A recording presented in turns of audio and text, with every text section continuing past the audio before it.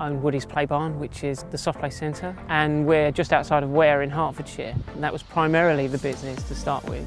We have the new attraction, which is flying over the top of the Crazy Golf. People playing Crazy Golf really get to see it, and we make sales from that, and that works really very, very well. Every time you get a different experience. That's what I really like. You can hit the bend and twist.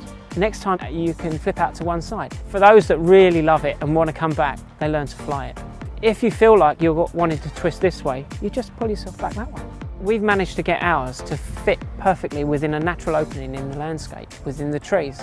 People ring up to ask when it's open, they want to come back, and it's just really good. It's been an absolute great boost for this business. It attracts people in a way that exactly how I intended it to. It's bringing attention to the rest of the concepts I've got here, and it's brought more people into the soft play, created much more awareness for us, so the general public just want to experience it. They love it, and I'm very pleased with it.